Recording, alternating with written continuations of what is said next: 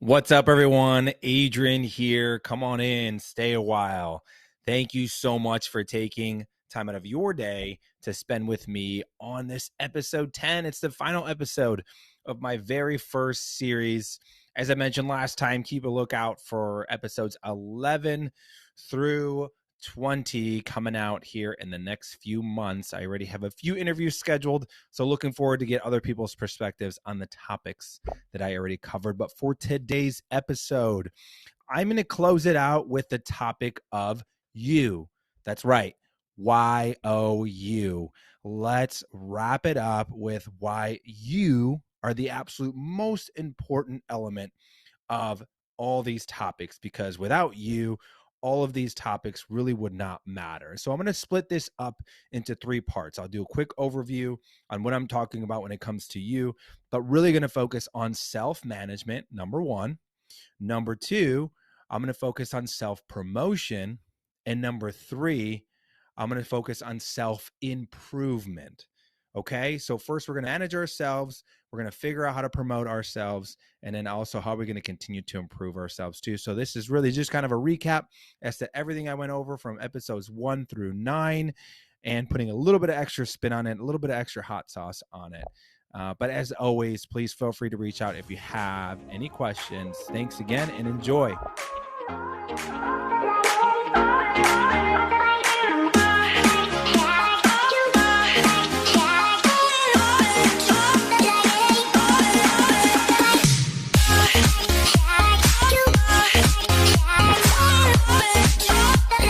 Hello. Welcome in. Thanks again, everyone, for joining me for today's episode 10. We are wrapping it up with the topic of you. As I mentioned in my intro, YOU. Without you, none of these topics would matter. So it all starts with you. And I'm going to split it up into three categories. And if you look a little bit closer, you can see that some of the topics that I covered in the series in episodes 1 through 9 all fit into each of these different categories. So if you are a visual person, picture yourself in the middle, right? YOU, you're at the center there. And then here's self-management, here's self-promotion, here's self-improvement. And a lot of the topics that I talk about will fall into each of those three categories. So I'm a big numbers, numbers in three type guy, 3 pillars, right? So those are 3 pillars to follow: self-management, self-promotion, and self-improvement. So the reason why I talk about you, because I think, ultimately you decide what you want to do, right? If you decided to take a career in sales, then whatever direction you go is based on the decisions that you make in your career, and based on what you do with managing yourself, with promoting yourself, and with improving yourself. So essentially, the point that I'm trying to get at is that you are in control, right? You are in control of your own destiny. Stuff is going to happen to you along the way. Absolutely. There is a lot of things out of your control that is going to happen. And it's just about how you react to it and how you keep moving forward.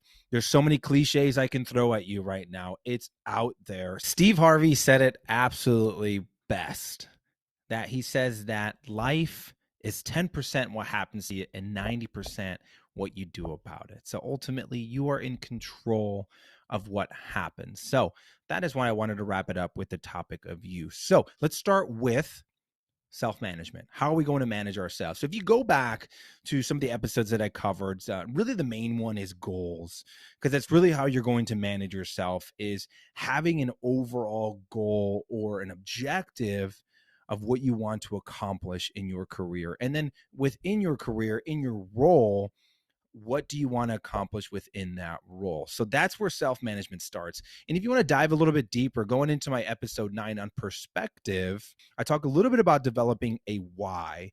So a great way to manage yourself is having a great why, because as I mentioned, times get tough. Sales isn't easy. So having a why really helps to have something to come back to when times do get tough. So ask yourself, why am I in sales? What do I want to accomplish in my career? What do I want out of life? All right, but really focusing in on you've chosen your career in sales. Now, what do you want to do about it? What are you good at? Figure out your strengths, figure out your weaknesses, and then play to your strengths. Okay, the beauty of sales is it can be done in so many different ways. And so many people have found success in sales, and all those individuals are completely different. So if you follow a bunch of speakers or folks that are successful, you notice that a lot of them are very different. They all have different styles. If they were all the same, then it would be absolutely boring.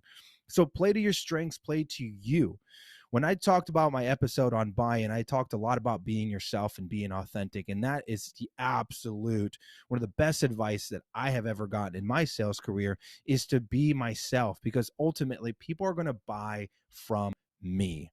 Right? My company is one thing. They're great. They support me, but ultimately I'm the one that people are going to work with. So they're going to need to trust me and like my style in order to work with me. So zero in on that. Okay, so what are you good at? What's your style? And what can you continue to hone in on and focus on? And then move on to what are your goals, right? Now that you've figured out yourself, you've figured out what you like to do, you figured out what your strengths are. What are my goals? What do I want to accomplish? Because then you can use your special set of skills, what you're good at, to help then accomplish your goals. And then once you set your goals, once you set your objectives, that's when you want to leverage a tool to stay on top of your goals, to stay on top of your objectives. And that's the tool that I mentioned on my episode of goals called the sales cadence. Now, that's what I call it, right? I call mine the sales cadence. It's a tool that keeps this engine running. It helps me reevaluate my process and always see where I'm at so I can continue to keep reaching towards my objective, keep reaching towards my goal. Without it, I'm just really relying on hope and a prayer. And if you're doing that in sales, some years you may get lucky, but most years you won't. So it's important to be consistent and be process oriented so that you can go out and be the best, the absolute best version of yourself. So again, managing yourself is having a why, playing to your strengths, and then setting great goals, great objectives, and keeping track of those goals and objectives and keeping yourself in check throughout the year. All right, number 2, self promotion. How are you going to go out and promote yourself? So you figured yourself out, you've played to your strengths, right? You have your objectives and everything set. Now, how are you going to go out and promote yourself? Now, this goes back to my episode on customer experience, even my episode on presentation skills. Going out and promoting yourself is really about what sets you apart from everyone else that you're competing against. Okay. So you don't really want to copy and paste, anything that you get. You want to make sure what you're doing is authentic and true to yourself, because it's really what's going to set you apart from your competitor. So figure out, as you're working with clients, whether you're selling a service, whether you're selling a commodity, what is it about yourself and your company that brings something different to the table than your competitor? And really, ultimately, this is just what I do. Ultimately, it comes down to myself, because in my industry, in furniture, we're a commodity based industry. So it's all furniture. So essentially, everybody has the same type of furniture. So I can't really leverage that as a huge differentiator, because a chair is a chair, a desk is a desk, right? Especially in today's economy. Really, I leverage myself and my team, that we are the ones that are going to set us apart from my competitors. So I really leverage myself and my creative differences and all the different things that I can do for my clients than my competitors do. I'm not a pitchy person. I go in and I develop great organic relationships with my clients, so that I can really get to the root as to what it is they want, what they like, what they don't like, and get to the bottom of what exactly it is that they want, so I can go in and present to them something that's relevant and hits all the points versus what my competitors are doing. So when you're out promoting yourself, really figure out what differentiates you and what makes you different. If you watch my episode on networking, that's another great episode to figure out how to promote yourself and going out to a networking event. So playing off the crowd. When you go there, don't talk about yourself, right? A great way to promote yourself is, quite frankly, don't, right? Don't go out bragging about yourself. The best way to do that is to listen to others and be a great listener. Customers will pick up on that. Prospective clients will pick up on that. They want people that know how to listen and can respond based on what they heard, not respond with an already prepared pitch. So that's another great way to present yourself. Going to a networking event, listening, learning, letting other people talk for a change, and then saving your value proposition and what you bring to the table really for that follow-up meeting. But that's really a great way to promote yourself. But number one is figure out your value proposition, right? What makes you different? What are you bringing to your table that your clients are not? And ultimately, that's you, right? You're the differentiator. You're the one that it's in control. Remember, you're the one who's going to be the difference maker in that scenario. All right. So number three, this is self improvement. So we talked about self management. You've gotten yourself, you figured yourself out, you know your strengths. Now you've figured out how to promote yourselves. You're out there going to network events, you're out there meeting with the clients. You have perfected your presentation skills. You're killing it. Okay. So now this leads me to number three is keep developing and keep learning. Just because you're killing it, just because you are on a streak, it doesn't mean you stop learning. Keep learning, keep working on your skills. So the best way to develop yourself is obviously read more books. But there's a lot of resources out there where you don't have to fully commit to a book. Okay, I use an app called Blinkist. I think it's called Blinkist. Blinkist. It's a nice little green app. If you've most of you've seen it, if you haven't, let me know. I'll show it to you. But it's a great 10-page summary on all these different books out there. Majority of the books that are talked about, they're on there, and it's a great way to get a 10-page summary that talks about all the important facts. So I can get large sums of information of multiple different sources rather than just one, using that app. Another great resource is obviously YouTube videos, TikToks, following some people that are kind of your style, or you want to kind of be sort of, but really try and split that up too, right? You want to pick parts and pieces of different individuals that you follow and different people that you learn from and turn it into your own. You never really want to copy and paste. And if you do mention something that you've learned from someone else, make sure you give them credit. But try and take bits and pieces from what you learn and make it into your own. That's the best way to grow and to develop. So again, reading books is a big one, but using that app is great too. Videos are also great.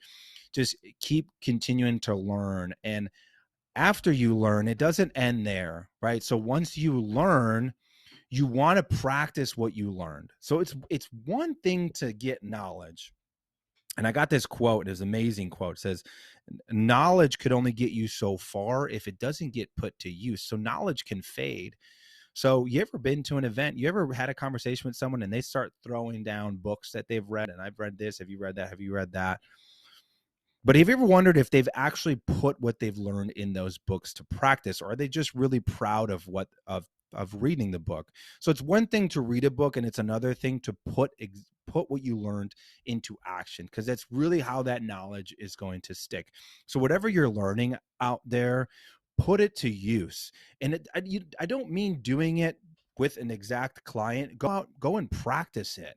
Right? Sit in front of a camera or a video, make a video of yourself, practice pitches, right? Put presentations together, whatever it may be.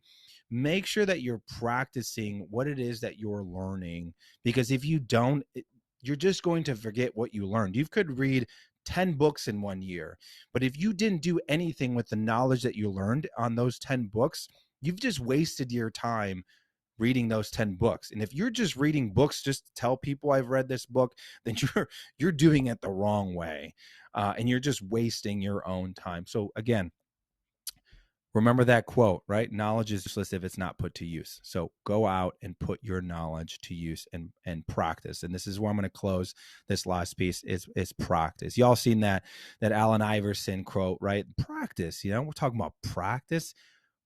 In sales, practice is everything, especially if you want to hone in on your presentation skills. You want to hone in on your communication, your ability to communicate with clients, your confidence. Practice is everything. The more and more that you practice, the more confident you will get.